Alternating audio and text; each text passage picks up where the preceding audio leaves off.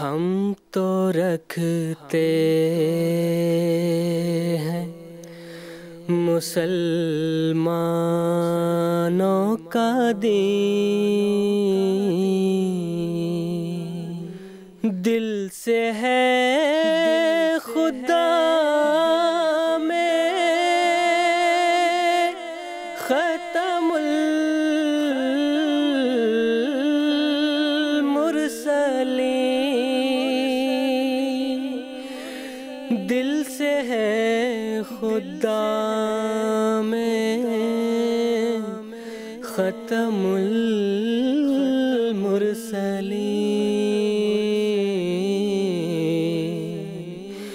ختم المرسلین۔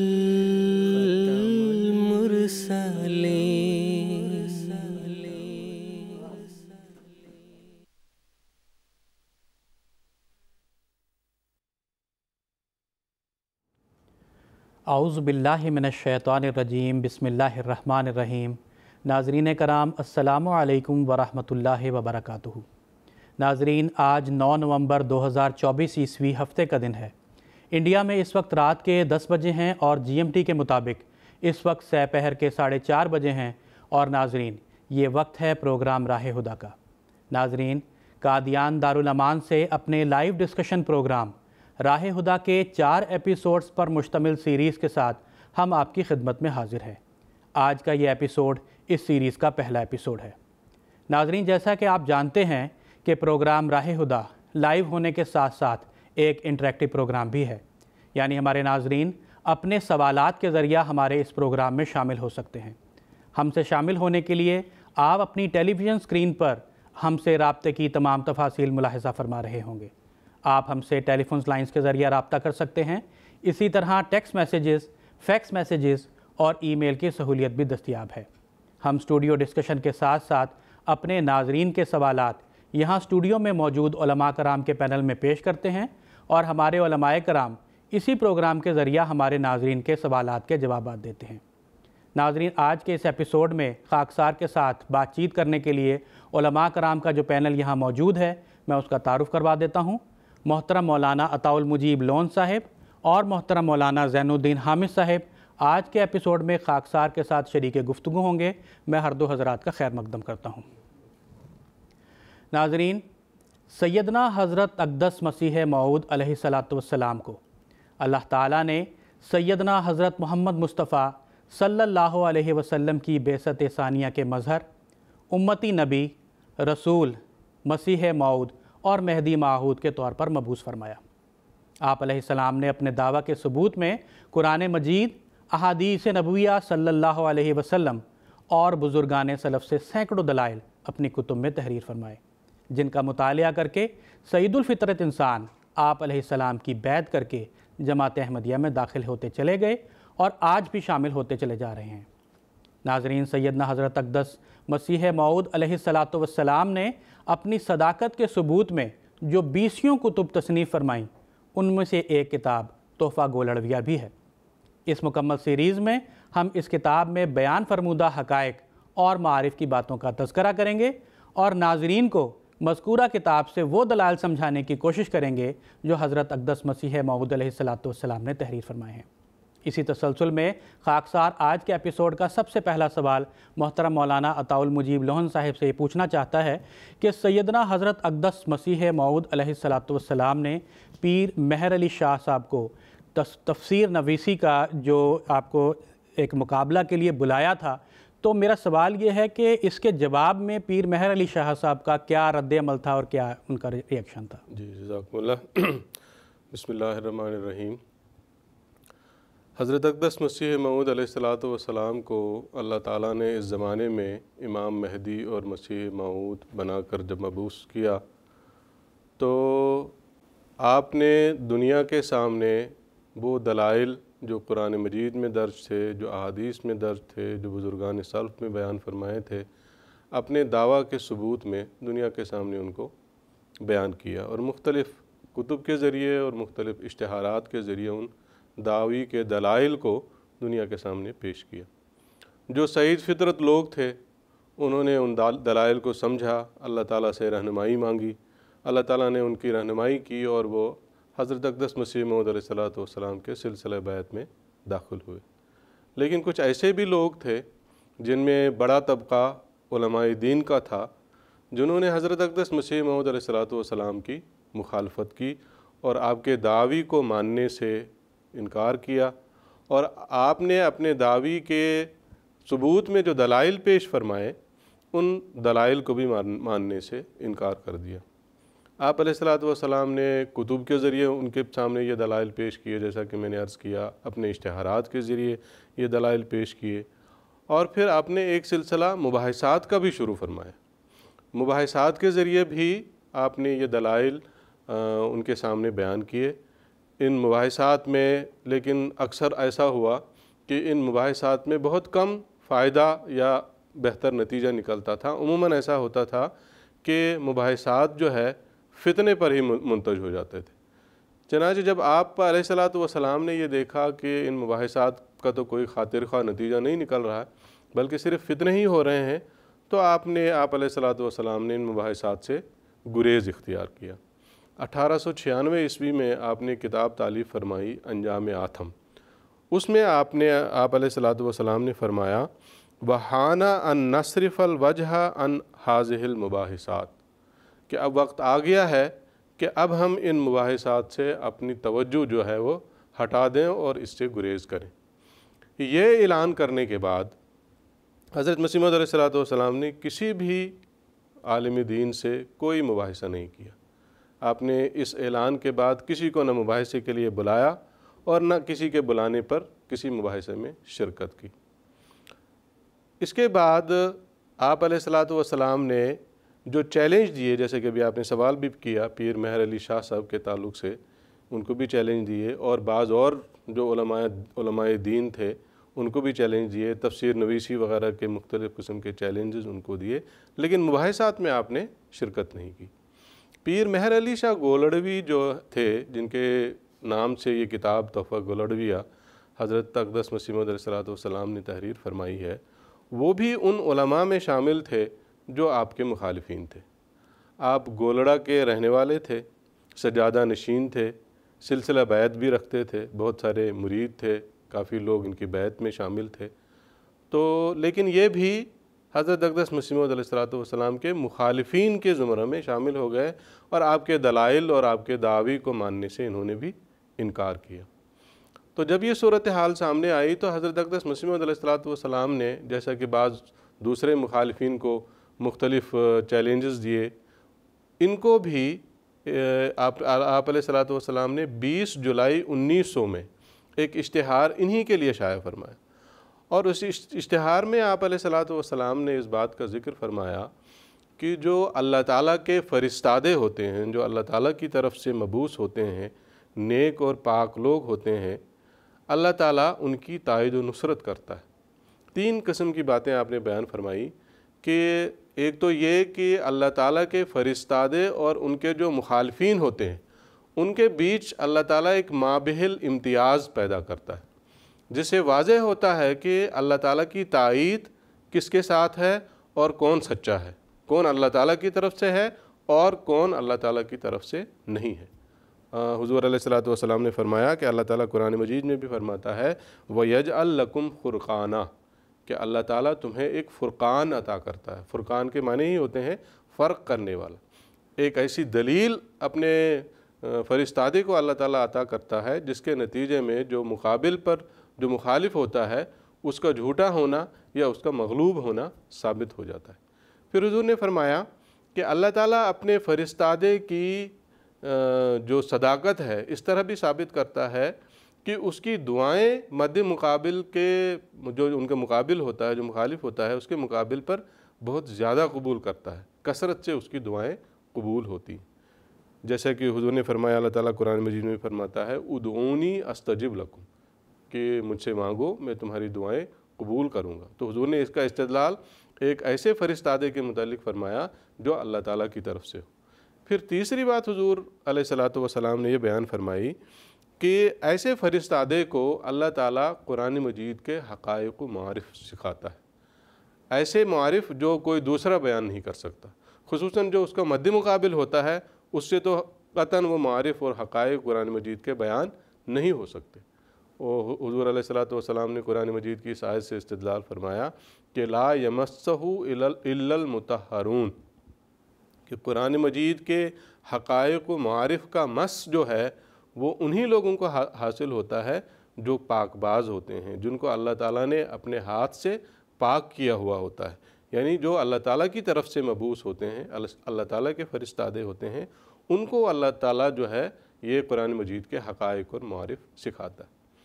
تو پھر آگے پیر مہر علی شاہ کو مخاطب کرتے ہوئے حضرت اقدس مسیح موعود علیہ الصلوۃ والسلام نے چیلنج دیا تفسیر نویسی کا انہی باتوں کی روشنی میں کہ اب ہمارے درمیان فیصلے کی جو بہترین راہ ہے وہ یہ ہے کہ ہم آپس میں تفسیر نویسی کا مقابلہ کریں، اور اس کی تفصیل بھی حضور نے بیان فرمائی کہ سب سے پہلے ہم لاہور میں، حضور نے فرمایا لاہور میں ایک مقام پر ہم اکٹھے ہوں، ایک جلسہ وہاں رکھا جائے، سب سے پہلے ہم دونوں یہ دعا کریں کہ جو اللہ تعالیٰ کی طرف سے ہے، جو سچا ہے، جو پاک باز ہے، اللہ تعالیٰ اس کی تائید و نصرت کرے تفسیر لکھنے میں۔ یہ دعا کرنے کے بعد حضور نے فرمایا پھر ہم قرآن اندازی کر کے قرآن مجید کی کوئی ایسی صورت جس کی کم و بیش 40 آیات ہوں، قرآن اندازی سے ان آیات کو منتخب کیا جائے، اور پھر ایک ہی نشست میں اسی جلسے میں ہم دونوں تفسیر ان آیات کی لکھنی شروع کر دیں۔ حضور نے فرمایا 7 گھنٹے کے اندر اندر اس تفسیر کو مکمل کیا جائے، اور کم و بیش 20 اوراق پر مشتمل یہ تفسیر ہو۔ تو حضور نے فرمایا یہ تفسیر مکمل کرنے کے بعد پھر 3 علماء کے سامنے اس دونوں کی تفسیر کو پیش کیا جائے، اور پھر وہ 3 علماء اللہ تعالیٰ کی قسم کھا کر حلفاً اس بات کو بیان کرے کہ ہم دونوں میں سے کس کی تفسیر روح القدس کی تائید سے لکھی گئی۔ تو یہ وہ چیلنج تھا تفسیر نویسی کا جس کا میں نے خلاصتاً ذکر کیا، جو حضرت اقدس مسیح موعود علیہ الصلوۃ والسلام نے پیر مہر علی شاہ گولڑی کے سامنے بیان کیا۔ تو اس کا جواب کیا دیا انہوں نے؟ تحفہ گولڑویہ میں حضرت اقدس مسیح موعود علیہ الصلوۃ والسلام نے اس کا جواب، انہوں نے جواب جو دیا ہے وہ بیان کیا ہے۔ فرماتے ہیں کہ انہوں نے اس بات کا ذکر کیا ہے اور کہا ہے کہ اشتہار دیا، اور اس میں یہ کہا کہ ہم نے اس چیلنج کو منظور کر لیا ہے۔ اور منظور کرنے کی شرائط کیا رکھی؟ منظور کرنے کی شرائط یہ رکھی کہ اس سے پہلے قرآن مجید کی نصوص اور حدیث کی نصوص سے مباحثہ کرنا ہوگا، بحث کرنی ہوگی۔ بحث کرنے کے بعد جب آپ مغلوب ہو جائیں گے، حضور علیہ الصلوۃ والسلام کو مخاطب کیا کہ جب آپ مغلوب ہو جائیں گے تو پھر میری بیعت کرنی پڑے گی، اور پھر جب بیعت ہو جائے گی تو پھر یہ جو اعجاز نمائی کا آپ نے مقابلے کی پیشکش کی ہے وہ بھی ہو جائے گا۔ تو یہ ایک ایک نوعیت کا یوں کہنا چاہیے کہ ایک مذاق کے رنگ میں انہوں نے اس بات کو بیان کیا۔ یہ ایک حیلہ تھا، ایک بہانہ تھا، اس جو صریح واضح رنگ میں حضرت مسیح موعود علیہ الصلوۃ والسلام نے بیان کیا تھا تفسیر نویسی کا مقابلہ کا سارا مضمون بھی، اس کی نوعیت بھی سارا، تو اس سے فرار اختیار کرنے کے لیے انہوں نے یہ اپنا رد عمل اور اپنا یہ جواب ظاہر کیا۔ حضور نے فرمایا کہ یہ کیسا اس تفسیر نویسی کے مقابلے کے چیلنج کو کیسا منظور کرنا ہوا کہ یہ کہا جا رہا ہے کہ پہلے بحث ہوگی، اور بحث کے بعد پھر بیعت ہوگی، اور بیعت کے بعد پھر یہ مقابلہ ہوگا۔ تو بیعت کے بعد پھر مقابلے کی ضرورت کیا ہے؟ جب میں بیعت میں آ گیا تو پھر مجھے مقابلے کرنے کی ضرورت کیا ہے؟ حضور فرماتے ہیں کہ میں نے تو اس لیے یہ مقابلے کی دعوت دی تھی کیونکہ میں نے دیکھا کہ مباحثوں سے طرح طرح کے میں نے دلائل پیش کیے ہیں۔ حضور نے فرمایا 36 کتب میں نے تحریر کی ہیں، سینکڑوں اشتہارات شائع کیے ہیں جو ہزاروں کی تعداد میں ہندوستان میں تقسیم کیے گئے، جس میں نے اپنے دعویٰ اور اپنے دعوی کے دلائل پیش کیے ہیں۔ ان سے آپ سب انکاری ہو، تو فیصلے کی اب یہ راہ میں نے آپ کے سامنے رکھی تھی کہ یہ راہ ہے، تو اس سے پتہ لگ جائے گا کون کس کے ساتھ اللہ تعالیٰ ہے، کس کے ساتھ اللہ تعالیٰ کی تائید ہے اور کس کے ساتھ اللہ تعالیٰ کی تائید نہیں ہے۔ لیکن اس کا انہوں نے جواب دیا، اور حضور نے یہ بھی بیان فرمایا تھا اس چیلنج کے تعلق سے کہ اگر میں مغلوب ہوا تو میں اپنی ساری کتابیں جلا دوں گا۔ میں وہ الفاظ پیش کرنا چاہتا ہوں۔ حضور فرماتے ہیں اگر ثابت ہو گیا کہ در حقیقت پیر مہر علی شاہ صاحب تفسیر اور عربی نویسی میں تائید یافتہ لوگوں کی طرح ہیں، اور مجھ سے یہ کام نہ ہو سکا یا مجھ سے بھی ہو سکا مگر انہوں نے بھی میرے مقابل پر ایسا ہی کر دکھایا، تو تمام دنیا گواہ رہے کہ میں اقرار کروں گا کہ حق پیر مہر شاہ کے ساتھ ہے، اور اس صورت میں یہ بھی اقرار کرتا ہوں کہ اپنی تمام کتابیں جو اس دعویٰ کے متعلق ہے جلا دوں گا اور اپنے تئیں مخذول اور مردود سمجھ لوں گا۔ کتنی تحدی کے ساتھ حضور نے یہ چیلنج پیش کیا تھا، لیکن اس کا انہوں نے اس طرح ہیلے اور بہانے کر کے اس کو ٹھکرا دیا، اور اس کی حقیقت بھی حضور علیہ الصلوۃ والسلام نے اسی کتاب تحفہ گولڑی میں بیان فرمائی ہے کہ وہ حقیقت کیا ہے ان کے جواب کی۔ حضور فرماتے ہیں، میں وہ بھی الفاظ پیش کرنا چاہتا ہوں۔ حضور نے فرمایا کہ پیر صاحب نے کسی جگہ ہاتھ پڑتا نہ دیکھ کر اس غریق کی طرح جو گھاس پات پر ہاتھ مارتا ہے مباحثہ کا بہانہ پیش کر دیا، یا یہ خیال میری نسبت کر کے کہ اگر وہ مباحثہ نہیں کریں گے تو ہم عوام میں فتح کا نعرہ بجائیں گے، اور اگر مباحثہ کریں گے تو کہہ دیں گے کہ اس شخص نے خدا تعالیٰ کے ساتھ عہد کر کے پھر توڑا۔ ہم پیر صاحب سے فتویٰ پوچھتے ہیں کہ کیا آپ اپنے نفس کے لیے یہ جائز رکھتے ہیں کہ خدا تعالیٰ کے ساتھ عہد کر کے پھر توڑیں؟ پھر ہم سے آپ نے کیوں کر توقع رکھی؟ تو حضور نے تو واضح فرما دیا ہے، جیسے کہ میں نے شروع میں ہی تمہید میں اس بات کو بیان کیا کہ حضور نے تو مباحثوں سے گریز اختیار کیا تھا، اور اسی مباحثے کی طرف پیر مہر علی صاحب ان کو واپس لے کے جانا چاہتے تھے، اور ان کا مقصد بھی یہی تھا، جیسے حضور نے اس میں خلاصتاً بیان کیا ہے کہ اگر تو بحث کریں گے تو پھر ہم عوام میں پھیلا دیں گے کہ دیکھو پہلے تو گریز کیا، اب بحث کرنے آ گئے ہیں، اور اگر بحث نہیں کریں گے تو یہ پھیلا دیں گے کہ دیکھو ہم نے تو کہا تھا بحث کرو لیکن بحث کرنے نہیں آئے، اور ایسا ہی انہوں نے کیا۔ تو اس طرح یہ لوگ جو ہیں حضرت مسیح موعود علیہ السلام کے مخالفین جو تھے، اس طرح لوگوں کو گمراہ کیا کرتے تھے، اس طرح لوگوں کو دھوکہ دیا کرتے تھے۔ اب یہ ساری چیزیں ان کے تو علم میں ہوتی تھی اچھی طرح سے، لیکن عوام الناس کے علم میں یہ چیزیں نہیں تھی کہ حضرت مسیح موعود علیہ السلام نے بحث سے گریز اختیار کیا ہوا ہے۔ ہاں، اگر وہ چیز بھی عوام الناس کے سامنے وہ رکھ کے یہ بات بیان کرتے تو پھر کہا جا سکتا تھا کہ وہ سچائی پر قائم رہے۔ تو اس طرح لوگوں کو دھوکہ دینے کے لیے انہوں نے یہ بات بیان کی کہ پہلے بحث کرو اور پھر یہ اعجاز نمائی کو جو آپ نے مقابلے کی دعوت دی ہے پھر یہ بھی ہوگی۔ تو حضرت مسیح موعود علیہ السلام نے لیکن اس کے بعد بھی ان کو نہیں چھوڑا۔ حضرت مسیح موعود علیہ السلام نے جب انہوں نے اس طرح گریز اختیار کیا اور پھر عوام میں مشہور کیا کہ دیکھو ہم تو بحث، وہ آئے بھی، لاہور بھی پہنچ گئے کہ دیکھو ہم تو لاہور بھی پہنچ گئے لیکن مرزا صاحب نہیں آئے، وہ بحث کرنے کے لیے نہیں آئے۔ تو حضرت مسیح موعود علیہ السلام نے پھر اپنی بات کو اس طرح پورا کیا کہ انہوں نے تو مقابلہ قبول نہیں کیا، لیکن حضور علیہ السلام نے سورہ فاتحہ کی عربی فصیح زبان میں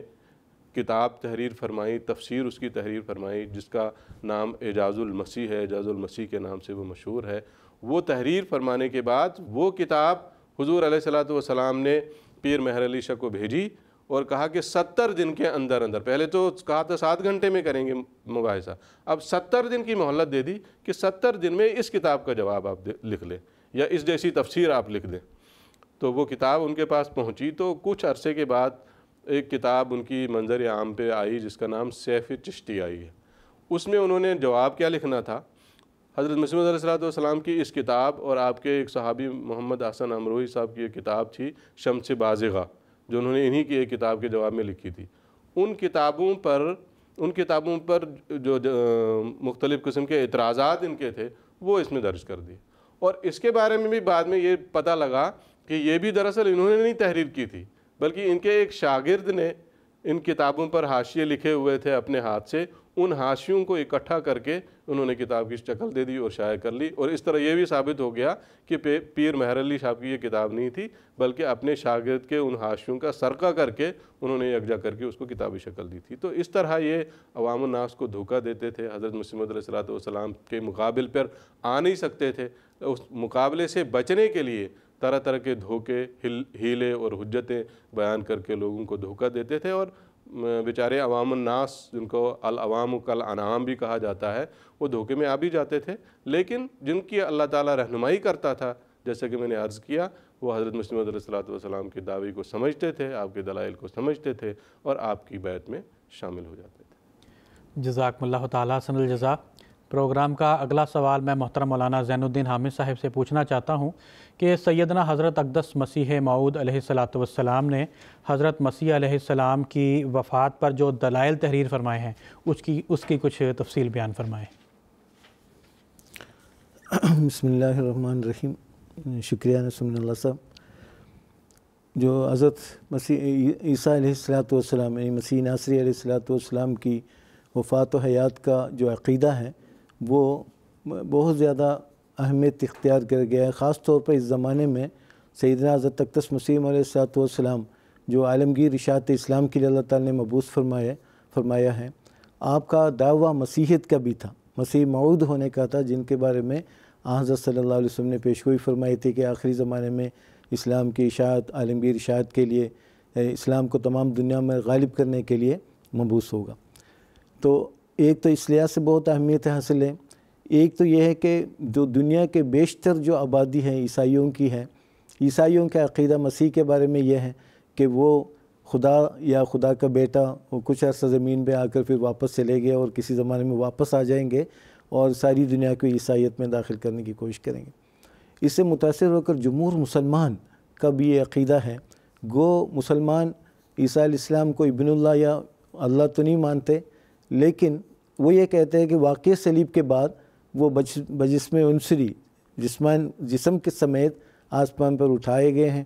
اور وہ آسمان پر ابھی تک 2000 سال سے زندہ موجود ہیں، اور وہ کسی وقت جو ہے نا زمین پر نازل ہوں گے اور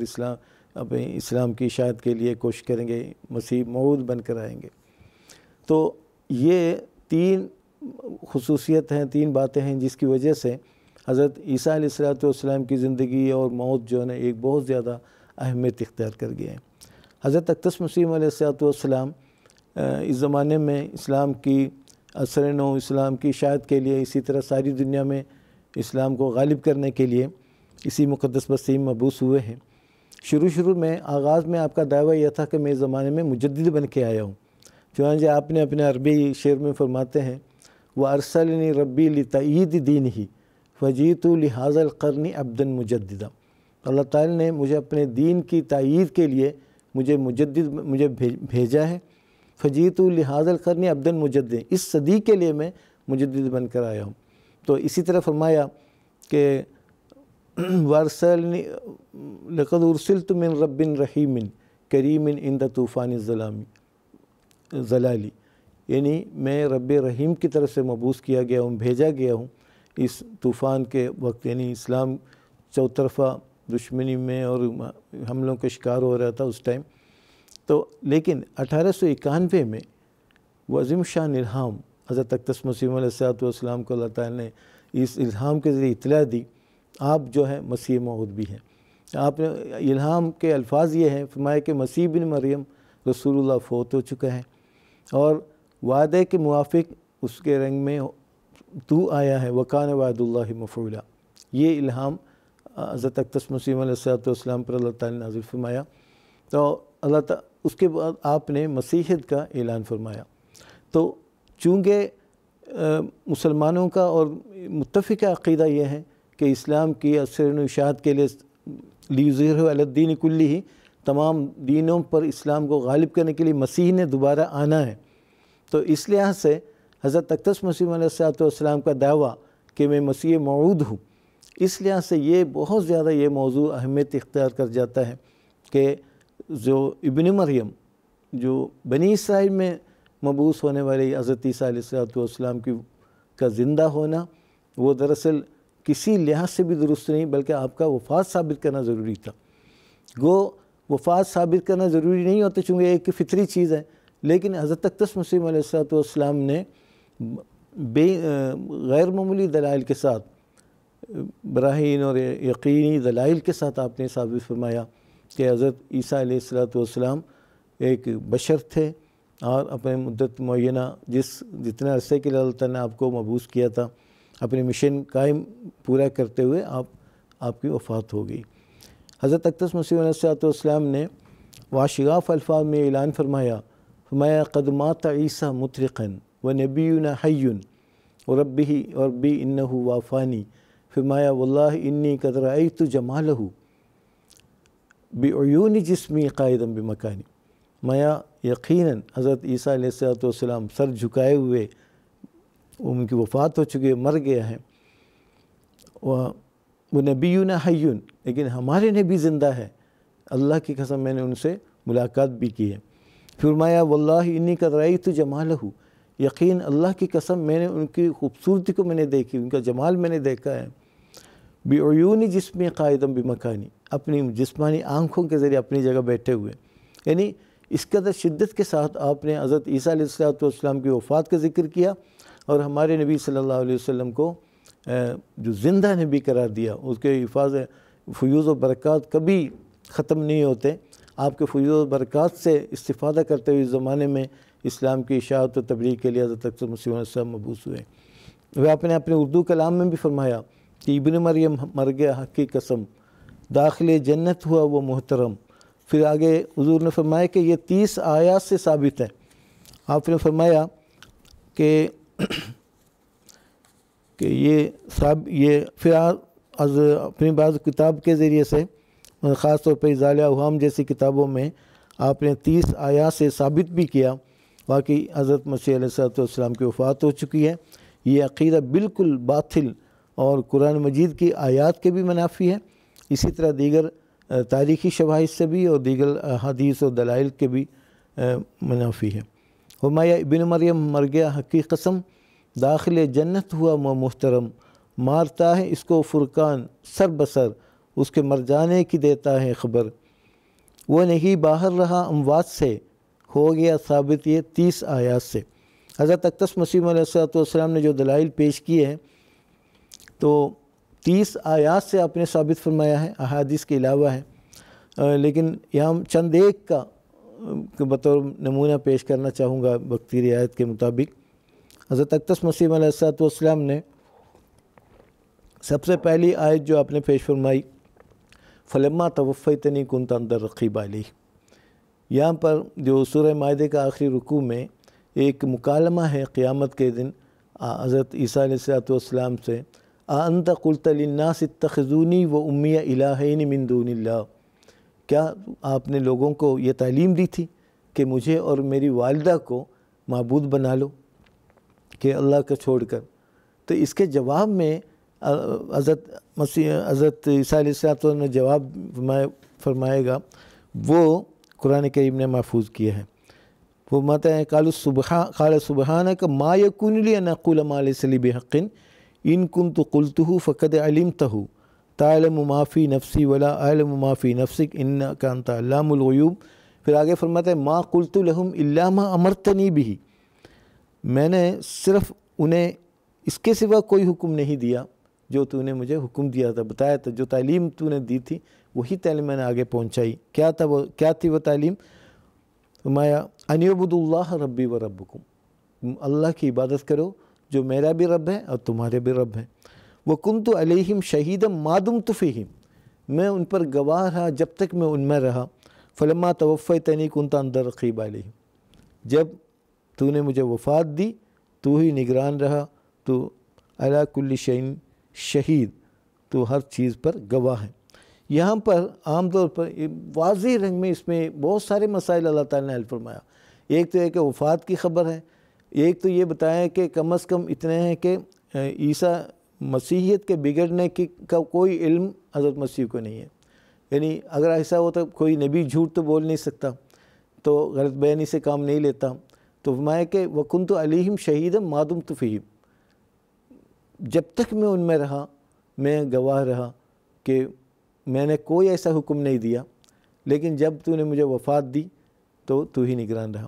ابھی اس میں توفی کے لفظ سے بہت سارے جھگڑے پیدا کرتے ہیں، کوشش کرتے ہیں علماء. قرآن مجید میں 23 مقامات پر لفظ توفی آیا ہے، وہ سب قبض روح کے معنی میں ہی آیا ہے. اسی طرح کہ حضرت اقدس مسیح علیہ السلام نے بڑی تحدی کے ساتھ اعلان فرمایا جب لوگوں نے کہا نا توفی کا معنی فلما توفی پورے اٹھانے والا کا معنی ہے، آسمان کا تو لفظ ہی نہیں. لیکن حیرت کی بات ہے کہاں سے یہ دلیل لاتے ہیں، کس قسم کے جو خرافات دنیا میں پھیلانے کی کوشش کرتے ہیں. تو حضرت اقدس مسیح علیہ السلام نے فرمایا بڑی تحدی کے ساتھ کہ اللہ فاعل اور زیرو مفعول ہو اور باب تفعل سے ہو، لیل و منام کا قرینہ نہ ہو، سوائے قبض روح کے کہیں نہیں آ سکتا. حضور نے، میں وہ اقتباس انشاءاللہ حضور کے پیش کرنا چاہوں گا. حضور نے اس میں چیلنج کیا ہے، کوئی عربی کلمہ، کوئی نظم نثر کہیں سے بھی اس کی کوئی مثال پیش نہیں کر سکتے. بہرحال یہ مضمون تو بہت لمبا ہے حضرت، جیسا کہ میں نے عرض کیا حضرت اقدس مسیح علیہ الصلوۃ والسلام نے 30 آیات سے یہ ثابت فرمایا ہے۔ بہرحال وقت کی رعایت کے مطابق حضرت اقدس مسیح علیہ السلام کا ایک اقتباس پیش کرنا چاہوں گا جو توفی کے متعلق ہے۔ آج بھی یہ چیلنج موجود ہے، ابھی تک ہزارہ علماء جماعت کی مخالفت میں اپنی زندگیاں بسر کی، لیکن وہ اس چیلنج کو قبول نہیں کر سکے۔ حضور فرماتے ہیں جب سے دنیا میں عرب کا جزیرہ آباد ہوا ہے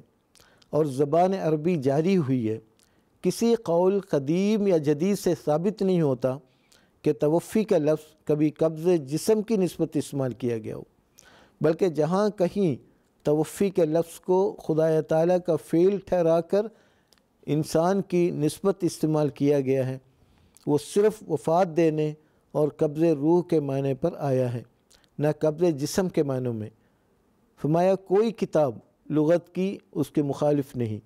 کوئی مثل، کوئی اہل زبان کا اس کے مغایر نہیں، غرض ایک ذرہ احتمال مخالف کے گنجائش نہیں۔ اگر کوئی شخص قرآن کریم سے یا کسی حدیث رسول اللہ صلی اللہ علیہ وسلم سے یا اشعار و قصائد و نظم و نثر قدیم و جدید عرب سے یہ ثبوت پیش کرے کہ کسی جگہ توفی کا لفظ خدا تعالیٰ کا فعل ہونے کی حالت میں جو ذوی روح کی نسبت استعمال کیا گیا ہو،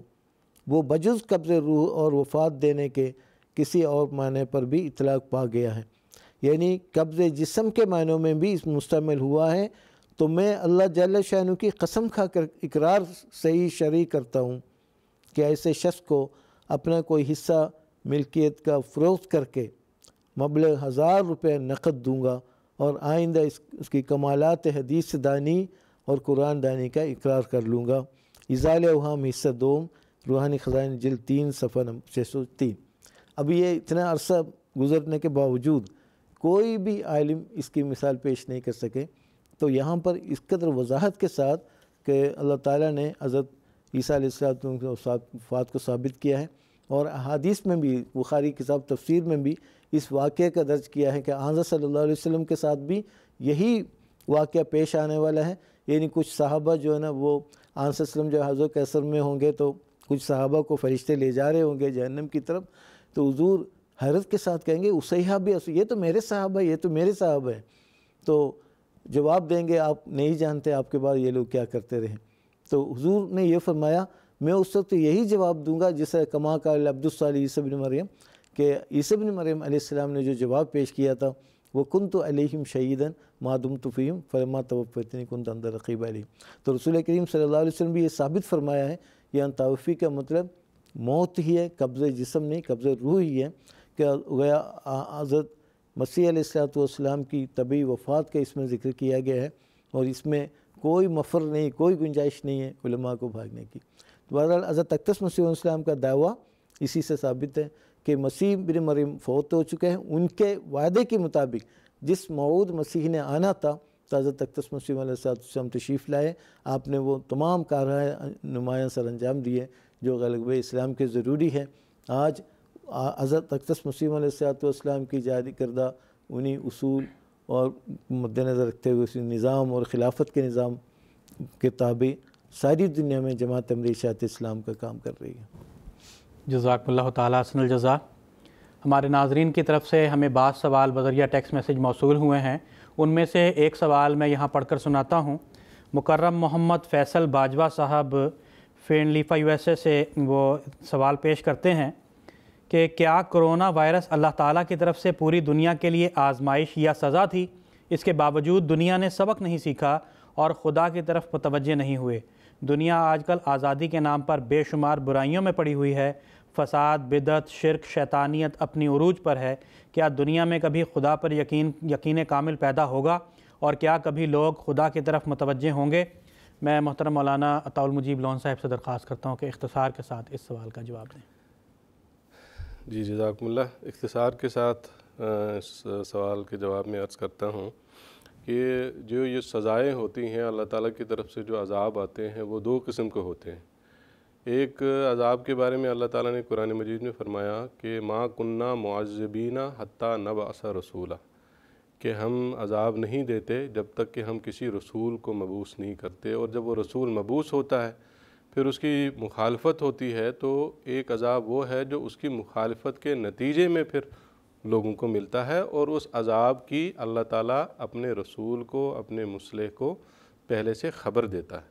اور پھر وہ رسول اپنے مخالفین کو اس عذاب سے متنبع بھی کرتا ہے کہ دیکھو اگر انکار کرو گے تو اللہ تعالیٰ کے اس عذاب میں گرفتار ہو جاؤ گے۔ جیسا کہ مثال حضرت مسیح موعود علیہ السلام کو اللہ تعالیٰ نے طاعون کی خبر دی تو آپ نے طاعون کے بارے میں لوگوں کو بتایا کہ یہ میری صداقت کے طور پر یہ نشان ظاہر ہوتا ہے۔ اور دوسری قسم کا عذاب وہ ہے جو ایک طبعی تقاضا ہوتا ہے، اس کے بارے میں اللہ تعالیٰ نے قرآن مجید میں فرمایا ہے وَمَا كُنَّا مُهْلِكِ الْقُرَىٰ إِلَّا وَأَهْلُهَا ظَالِمُونَ، کہ ہم کبھی کسی بستی کو ہلاک نہیں کرتے جب تک کہ اس کے اہل جو ہے، اس میں بسنے والے لوگ جو ہیں وہ ظالم نہ ہو جائیں۔ اب ظالم کا مطلب یہ ہے کہ کسی بھی چیز کو بے محل استعمال کرنا، اس کو اس کے حد اعتدال سے زیادہ یا حد اعتدال سے کم، یا کسی ایسی جگہ استعمال کرنا جہاں اس کا استعمال نہیں ہے۔ تو اگر کوئی شخص ایسا کرتا ہے دنیاوی وسائل کے ساتھ تو پھر اللہ تعالیٰ اس کو بھی سزا دیتا ہے، اس کو بھی ہلاکت اس کی ہوتی ہے۔ جیسا ہم آگ ہے مثال کے طور پر، اگر آگ کے ساتھ کوئی آگ کے اندر کوئی ہاتھ ڈالے گا تو وہ جلے گا، اس کا طبعی تقاضا یہ ہے کہ اس کو جلا دے گی وہ، لیکن آگ کو اگر صحیح جگہ استعمال کریں گے تو وہ فائدہ اٹھا سکتا ہے۔ زہر ہے، کوئی زہر کھائے گا تو مرے گا، لیکن زہر کا صحیح استعمال کرے گا، دوائی کے طور پہ اس کو استعمال کیا جائے گا، اس مقدار میں استعمال کیا جائے گا جس میں وہ دوائی کے طور پر استعمال ہو سکے گی تو اس کو فائدہ پہنچائے گی۔ تو ظلم کے لفظ میں اللہ تعالیٰ نے دراصل یہی بات بیان فرمائی کہ جب لوگ ظالم بن جاتے ہیں تو پھر اللہ تعالیٰ ان کو ہلاک کرتا ہے، اس کے نتیجے میں ان کو سزا ملتی ہے۔ تو کرونا کے بارے میں جو انہوں نے سوال کیا ہے، یہ اس کو آسمانی نشان کے طور پہ تو ہم پیش نہیں کر سکتے اور نہ ہم کرتے ہیں، حضور انور عید اللہ تعالیٰ بن نصر العزیز نے بھی اس کی وضاحت فرمائی تھی، لیکن سزا تو بہرحال یہ ہے، اور سزا تبھی ہے جب ہم نے بے اعتدالیاں کی، ظلم سے کام لیا، جیسے قرآن مجید کی اس آیت میں بیان ہوا، اس کے نتیجے میں پھر اللہ تعالیٰ کا یہ عذاب انسانوں پر نازل ہوا۔ اور بات ان کی درست ہے جو اگلے حصے میں لمبا سوال آپ نے پیش کیا ہے، کہ اگلے حصے میں انہوں نے بتایا ہے کہ اس کے نتیجے میں انسان نے فائدہ نہیں اٹھایا۔ یہ حقیقت ہے، حقیقت بات ہے کہ لوگوں نے اس کے نتیجے میں فائدہ نہیں اٹھایا۔ حضور انور عید اللہ تعالیٰ بن نصر العزیز نے بھی بار بار اس کے حوالے سے اپنے خطبات میں بیان فرمایا کہ اس سے ہمیں اللہ تعالیٰ کے قریب جانا چاہیے۔ اللہ تعالیٰ سے دور ہونے کی وجہ سے اس قسم کے عذاب دنیا میں آتے ہیں۔ حضور حضرت خلیفۃ المسیح الخامس عید اللہ تعالیٰ بن نصر العزیز نے ایک موقع پر فرمایا کہ رحمان خدا کے احسانوں کی قدر نہ کرنے کے نتیجے میں عذاب آتے ہیں۔ فرمایا بعض دفعہ بیماریوں کی صورت میں آتے ہیں، بعض دفعہ ایک دوسرے کی گردنیں کاٹنے کی صورت میں وہ عذاب پھر آ جاتے ہیں، بعض دفعہ ایک قوم دوسرے قوم پر ظلم کرنا شروع کر دیتی ہے اور یہ عذاب پیدا ہو جاتے ہیں۔ تو یہ بے اعتدالیوں کے نتیجے میں اور اللہ تعالیٰ کے احسانوں کی قدر نہ کرنے کے نتیجے میں آتے ہیں۔ تو اس کا حل یہ ہے کہ ہم اللہ تعالیٰ کی طرف جائیں، اور پھر آخر میں انہوں نے یہ بھی بیان کیا کہ کیا کبھی اللہ تعالیٰ کی طرف لوگ جائیں گے، تو ہمیں مایوس نہیں ہونا چاہیے۔ ہم اللہ تعالیٰ سے امید رکھتے ہیں کہ یقیناً لوگ اللہ تعالیٰ کی طرف جائیں گے، لیکن اس کے ساتھ یہ بھی یاد رکھنے کی ضرورت ہے کہ ایسے لوگ ہمیشہ موجود رہیں گے جو اللہ سے دور رہیں گے۔ اس میں کوئی شک نہیں کہ فی الوقت تو ایسے لوگ دنیا میں زیادہ ہیں جو اللہ سے دور ہیں، اور ایسے لوگ بہت کم ہیں جو اللہ کے قریب ہیں، لیکن ایک وقت انشاءاللہ ضرور ایسا آئے گا جب زیادہ لوگ اللہ کے قریب ہوں گے اور کم لوگ اللہ سے دور ہوں گے۔ جزاکم اللہ تعالیٰ حسن الجزا۔ ناظرین، ایک اور دوست کا سوال ہمیں بذریعہ ٹیکسٹ میسیج موصول ہوا ہے، میں وہ سوال بھی یہاں پڑھ کر سنا دیتا ہوں۔ انڈیا سے مکرم راشد علی صاحب کا سوال ہے، وہ تحریر کرتے ہیں کہ رسول اللہ صلی اللہ علیہ وسلم کا امی ہونے سے کیا مراد ہے، جماعت احمدیہ کا اس بارے میں کیا عقیدہ ہے؟ میں محترم مولانا زین الدین صاحب سے درخواست کرتا ہوں کہ بالکل مختصر طور پہ اس سوال کا جواب۔ قرآن مجید نے حضرت صلی اللہ علیہ وسلم کے بارے میں یہ فرمایا ہے کہ النبی الامی، امی نبی، لیکن امی سے مراد ہرگز یہ مقصد نہیں ہے کہ ان پڑھ تھے، بلکہ اب پڑھے ہوئے نہیں تھے۔ مطلب یہ ہے کہ کسی اور سے دنیاوی طور پر علم حاصل نہیں کیا، کسی کے آگے زانو طلب مطلع نہیں کیا، بلکہ اللہ تعالیٰ خود آپ کا معلم و مربی تھا۔ چونکہ یہ واقعات بتاتا ہے قرآن مجید میں جا بجا اس قسم کی تعلیم، اس قسم کے آیات ہمیں ملتی ہیں۔ ایک تو ہے کہ سورہ علق میں فرمایا کہ اقرأ بسم ربک الذی خلق، خلق الانسان من علق، اقرأ وربک الاکرم الذی علم بالقلم علم الانسان ما لم یعلم۔ تو یہاں پر بھی دیکھیں جو غار حرا میں وحی نزول وحی کا جو آغاز ہوا اقرأ کے لفظ سے ہوا۔ اقرأ کا مخاطب کون تھا؟ حضرت صلی اللہ علیہ وسلم۔ تو اسی طرح یہاں پر علم الانسان علم ما لم یعلم، اسی طرح بالقلم، قلم سے سکھانے کا بھی ذکر آتا ہے۔ تو حضرت صلی اللہ علیہ وسلم کے بارے میں ہرگز ہمارے قرآن مجید کا موقف نہیں ہے آپ بالکل پڑھے لکھے نہیں تھے یا بالکل ان پڑھ تھے، ایسا نہیں ہے۔ ہاں البتہ دنیاوی طور پر اگر چونکہ دو قسم کا نالج بتا رہے، ایک ڈیوائن نالج ہے، وہبی علوم ہے، ایک ایکوائر نالج ہے، ایک کسبی علوم ہے۔ تو اللہ کی طرف سے آنے والے اللہ کے فرشتہ انبیاء اور اسی طرح مقربین الہی عام طور پر دنیاوی لحاظ سے کسب علوم نہیں کرتے ہوتے، بلکہ اللہ تعالیٰ وہبی طور پر عطا کرتا ہے۔ تو اس زمانے میں بڑی مثالیں موجود ہیں۔ حضرت اقدس مسیح علیہ السلام کوئی عربی دانی کسی عربی مدرسے میں آپ نے تعلیم نہیں پائی تھی، لیکن آپ نے کس طرح ساری دنیا کو عربی دانی میں چیلنج بھی کیا ہے، اور ایک رات کو 40,000 عربی مصادر اللہ تعالیٰ نے آپ کو سکھایا ہے۔ تو حضرت اقدس رسول اللہ صلی اللہ علیہ وسلم کے بارے میں یہ جو آیا ہے نبی الامی، اس سے ہرگز یہ غلط فہمی نہ ہو کہ آپ ان پڑھ تھے، ہرگز آپ ان پڑھ تھے، آپ پڑھے لکھے تھے، اور لیکن چونکہ بعض دفعہ آپ کاتبین سے مدد لیا کرتے تھے۔ آپ بتائے جب جیسے قرآن مجید کی آیات نازل ہوتی تو آپ فرماتے تھے یہ آیت فلان جگہ کو اس کے مطابق ترتیب اور سکھایا کرتے تھے، بتایا کرتے تھے، تو یہ اس بات کی دلیل ہے۔ ہاں البتہ قرآن کریم خود فرماتا ہے وما تخطہ بیمینک اذا لارتاب المبطلون وما کنت تتلو من کتاب من قبلک من کتاب، اور فرمایا کہ وما تخطہ بیمینک اذا لارتاب المبطلون، آپ اس سے پہلے والی کتابوں کا مطالعہ نہیں کرتے تھے اور اسی طرح اپنے ہاتھ سے اپنے دائیں ہاتھ سے لکھتے بھی نہیں تھے۔ کیوں؟ اس لیے کہ جو شک کرنے والے شک میں مبتلا نہ ہو، شاید وہ دوسروں کی طرح یہ بھی جو ہے کتاب اپنے ہاتھ سے لکھتے ہیں۔ تو وحی الہی کی بنا پر آپ آگے تعلیم دیتے تھے، اللہ تعالیٰ خود آپ کا مربی اور معلم تھا۔ جزاکم اللہ تعالیٰ حسن الجزا۔ پروگرام کو آگے بڑھاتے ہوئے خاکسار کا اگلا سوال محترم عطاء المجیب لون صاحب سے یہ ہے کہ قبر مسیح کے انکشاف کے بارے میں کچھ تفصیل بیان فرمائیں۔ جی جزاکم اللہ۔ جیسا کہ ابھی ذکر ہوا، محترم مولانا زین الدین حامد صاحب نے تفصیل بیان فرمائی کہ حضرت اقدس مسیح موعود علیہ السلام نے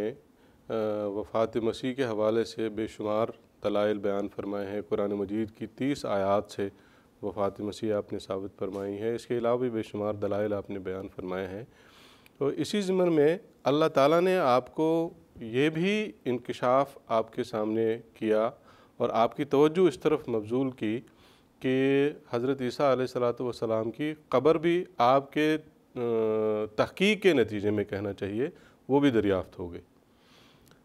اس کتاب میں تحفہ گولڑویہ جس کا ہم ذکر کر رہے ہیں آج کے پروگرام میں، اس کتاب میں بھی آپ نے اشارتاً بعض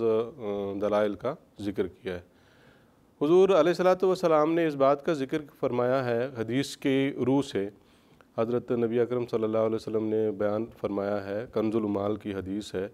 کہ اوحی اللہ تعالیٰ الی عیسیٰ یا عیسیٰ انتقل من مکان الی مکان آخر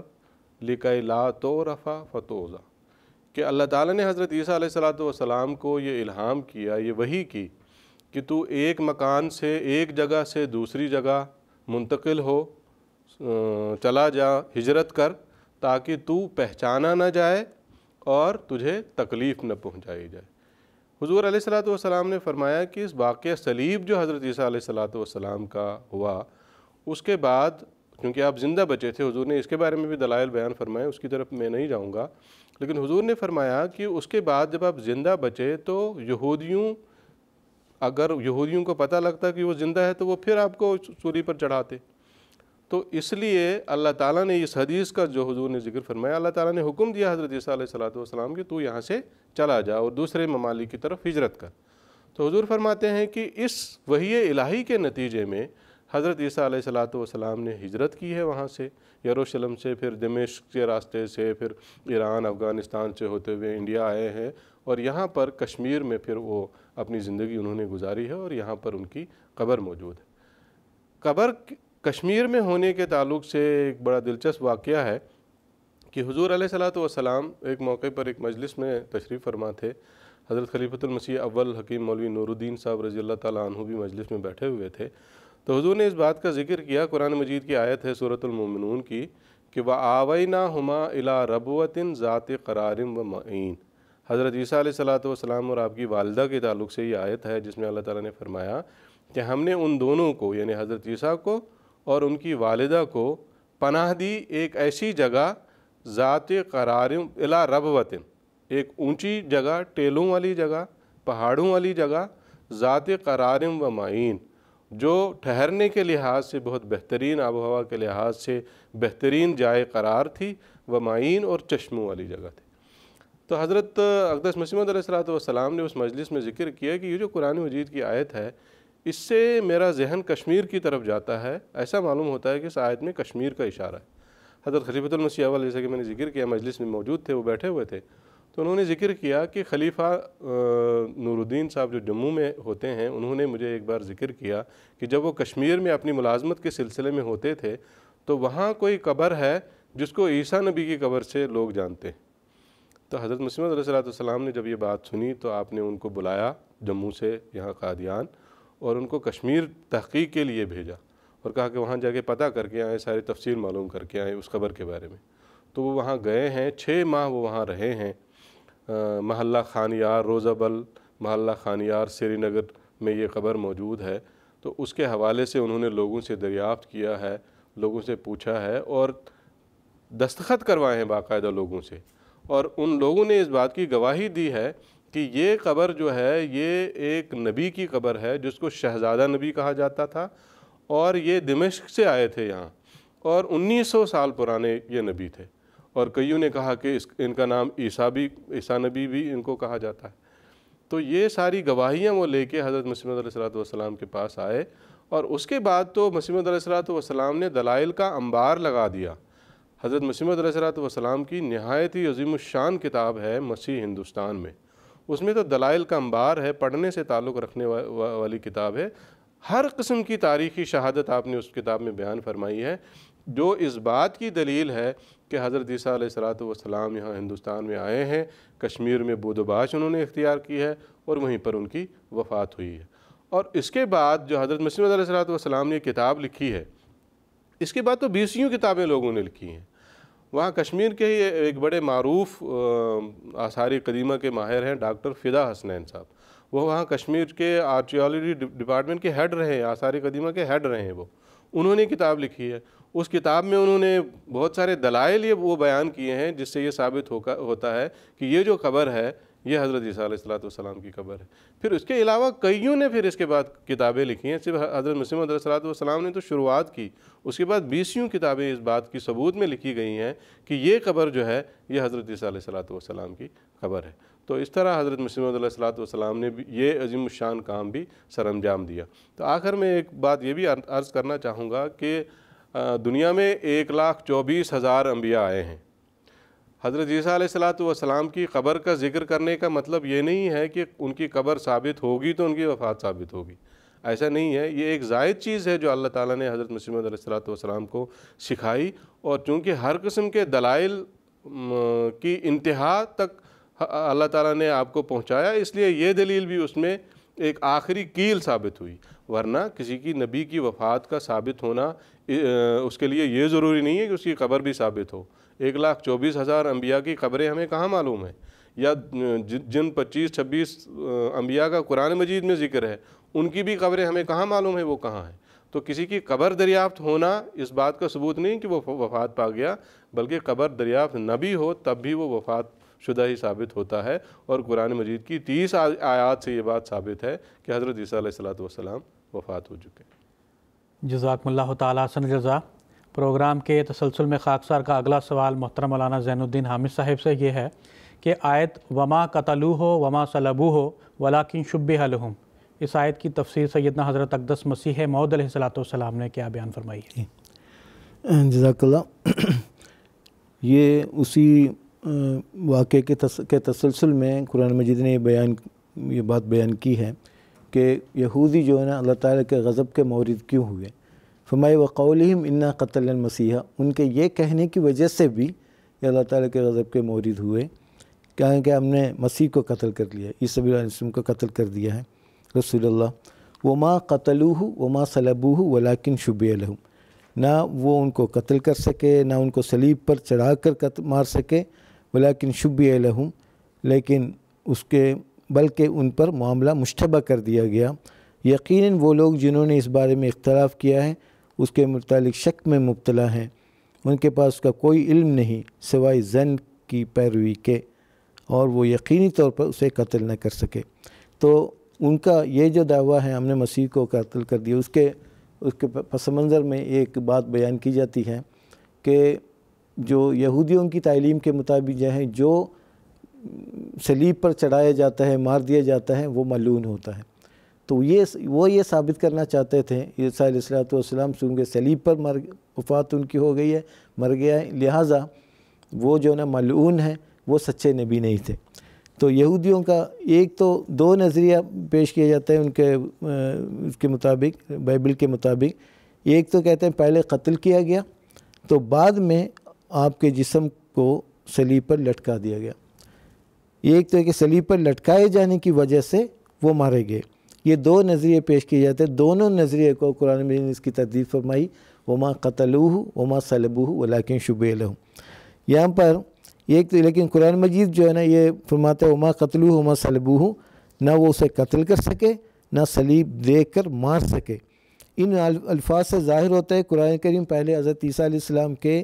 کسی بھی رنگ میں قتل کیے جانے کی تردید کرتا ہے اور پھر صلیب پر مارے جانے کی بھی نفی کرتا ہے۔ اور عیسائیوں کا یہ عقیدہ کیا ہے؟ تو یہودیوں کا عقیدہ یہ ہے وہ ان کو ملعون ثابت کرنے کے لیے صلیب پر ان کو مار دیا یا ویسے قتل کر کے ان کو صلیب کے ساتھ لٹکا دیا۔ عیسائیوں کا نظریہ کیا ہے؟ وہ بنی نوع انسان کے گناہوں کے کفارے کے طور پر وہ صلیبی موت کو اپنا لیا اور 3 دن تک دوزخ میں رہ کر پھر آسمان کی طرف چلے گئے اور وہ جسم سمیت آسمان پر اٹھائے گئے اور وہ قیامت سے پہلے دوبارہ آئیں گے اور ساری دنیا کو عیسائی بنائیں گے۔ قرآن مجید اس کی بھی تردید فرماتا ہے۔ قرآن مجید کے مطابق مدار نجات ایمان اور عمل صالح، حقوق اللہ اور حقوق العباد کی بجاوری ہے۔ ابھی غیر مدی مسلمانوں کا کیا عقیدہ ہے؟ وہ فرماتے ہیں واقع صلیب کے بعد، صلیب کے موقع پر تو عیسیٰ حضرت مسیح علیہ السلام کی شکل کسی اور کی طرف منتقل کر کے ان کو مسیح علیہ السلام کو زندہ آسمان کی طرف اٹھایا گیا، یہ ان کا ہے۔ یہاں پر وہ استدلال کرتے ہیں ولکن شبہ لہم وما قتلوہ وما صلبوہ ولکن شبہ لہم۔ شبہ کے بارے میں وہ یہ اس سے استدلال کرتے ہوئے یہ بتاتے ہیں وہ لوگ علماء کہ یہاں پر کسی حضرت عیسیٰ علیہ السلام کی شکل کسی یہودا یا کسی اور کی طرف منتقل کر کے عیسیٰ علیہ السلام تو آسمان کی طرف اٹھایا اور اس شخص کو سولی دی گئی۔ یہ عام طور پہ یہ دعویٰ کرتے ہیں، لیکن یہ دیکھنا یہ ہے کہ سیاق و سباق کو بتاتا ہے شبیہ ماضی مجہول کا سیاق ہے، کس سے ساتھ تشبیہ دی گئی، آگے پیچھے کسی کا ذکر بھی نہیں۔ اس کا مطلب یہ ہے وما قتلوہ وما صلبوہ ولکن شبہ لہم۔ شبیہ سے مطلب شبیہ بالمقتول والمصلوب، یعنی واقع یہ ہے کہ حضرت عیسیٰ علیہ السلام کو جمعہ کے دن شام وہ صلیب پر چڑھائے گئے، اس کے بعد 2-2.5 گھنٹے تک آپ صلیب پر رہے، اس سے جو زخم وغیرہ ہوئے اس سے تاب نہ لا کر وہ بے ہوش ہو گئے۔ گویا لوگوں نے سوچا شاید ان کی موت واقع ہو گئی، یہ اللہ تعالیٰ نے کہ ایسی اللہ تعالیٰ کی حکمت تھی۔ بعض ایسے ہمدرد لوگ تھے تو انہوں نے ان کو فوری طور پر جو ہے لے جا کر ایک قبر نما جگہ پر ایک کمرے میں رکھ دیا، وہاں 3 دن تک علاج چلتا رہا۔ آپ ٹھیک ہو کر پھر اپنے حواریوں سے ملے، پھر اس طرح جیسے کہ ابھی عطا مجید نے بتایا کہ آپ کی ہجرت ہوئی کشمیر کی طرف قرآن مجید کی اس آیت کے مطابق۔ بہرحال یہ شبہ لہم کی جو تشریح یہ کرتے ہیں بالکل غلط ہے کہ کسی کی شکل ایک مقدس نبی کی شکل کے ساتھ بدلنا یہ عقلاً بھی مناسب نہیں، محال ہے، بلکہ یہ شبہ بالمقتول والمصلوب ہے کہ ایسا سمجھا جانے لگا، یعنی معاملہ ان پر مبہم ہو گیا۔ حضرت مسیح علیہ السلام صلیب پر نہیں مرے، اس کے لیے بہت سارے شواہد ہیں، وہ تفصیل میں جانے کا یہاں موقع نہیں ہے۔ میں حضرت اقدس مسیح علیہ السلام کا ایک جامع اقتباس پیش کر کے یہ بتا دوں گا، لیکن جماعت احمدیہ کے نظریے کیا اس سے پہلے یہ بتاتا ہوں۔ حضرت عیسیٰ علیہ الصلوۃ والسلام کو یہودیوں نے صلیب پر لٹکایا ضرور تھا، لیکن ان کی موت واقعی نہیں ہوئی۔ جماعت احمدیہ کا یہ عقیدہ ہے۔ بے ہوشی کی حالت میں زندہ صلیب پر سے اتار لیے گئے۔ اس کے بعد لمبا سفر کر کے افغانستان کے راستے ہندوستان اور کشمیر آئے، وہاں 120 سال کی عمر میں وفات پائی۔ ان کا مزار سری نگر محلہ خانیار میں موجود ہے، جس کی ابھی تفصیل آپ نے سنی ہے۔ اس کے علاوہ حضرت عیسیٰ علیہ الصلوۃ والسلام نے جو ان الفاظ میں اپنے صلیب پر مارے جانے سے بچنے کی پیشگوئی بھی فرمائی تھی۔ آپ فرمائیں جیسے یونس علیہ السلام 3 رات دن مچھلی کے پیٹ میں رہا، ویسے ہی ابن آدم 3 رات دن زمین کے اندر رہے گا۔ تو ان دلائل سے بالبداہت یہ بات ثابت ہوتی ہے کہ حضرت عیسیٰ علیہ السلام صلیب پر فوت نہیں ہوئے، اور یہ کہ آپ صلیب سے اتارے گئے اور مقبرہ نما جگہ پر رکھے گئے تو اس وقت آپ زندہ تھے، اور جیسا کہ آپ نے خود پیشگوئی کی تھی، تیسرے دن صبح اس میں سے زندہ باہر آ گئے۔ مزید رہا ہے کہ آپ مخفی طور پر اپنے حواریوں سے ملے بھی ہیں۔ پھر آپ اپنے جس مشن کے طرف اللہ تعالیٰ نے آپ کو مبعوث فرمایا تھا کہ بنی اسرائیل کے گمشدہ بھیڑوں کی تلاش میں، وہ قبائل کی تلاش میں آپ نے جانا تھا، جو 10 قبائل جو وہاں سے نکالے گئے تھے ان کی تلاش میں آپ نے سفر کیا، افغانستان ہوتے ہوئے پھر ہندوستان پہنچے۔ ہندوستان میں کشمیر میں آپ مستقل طور پر دفن ہوئے۔ حضرت اقدس مسیح علیہ السلام فرماتے ہیں، یاد رکھو کوئی آسمان سے نہیں اترے گا۔ جو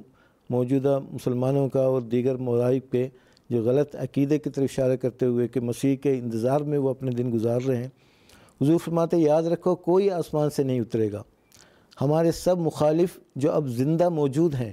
وہ تمام مریں گے، اور کوئی ان میں سے عیسیٰ ابن مریم کو آسمان سے اترتے نہیں دیکھے گا،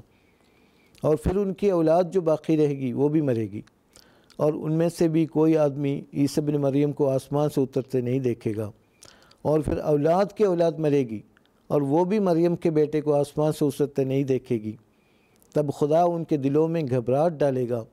کہ زمانہ صلیب کے غلبے کا بھی گزر گیا اور دنیا دوسرے رنگ میں آ گئی، مگر مریم کے بیٹا عیسیٰ اب تک آسمان سے نہ اترا۔ تب دانشمند یک دفعہ اس عقیدے سے بیزار ہو جائیں گے، اور ابھی تیسری صدی آج کے دن سے پوری نہیں ہوگی کہ عیسیٰ کے انتظار کرنے والے کیا مسلمان اور کیا عیسائی سخت نومید اور بدظن ہو کر اس جھوٹے عقیدے کو چھوڑیں گے، اور دنیا میں ایک ہی مذہب ہوگا اور ایک ہی پیشوا۔ میں تو ایک تخم ریزی کرنے آیا ہوں، سو میرے ہاتھ سے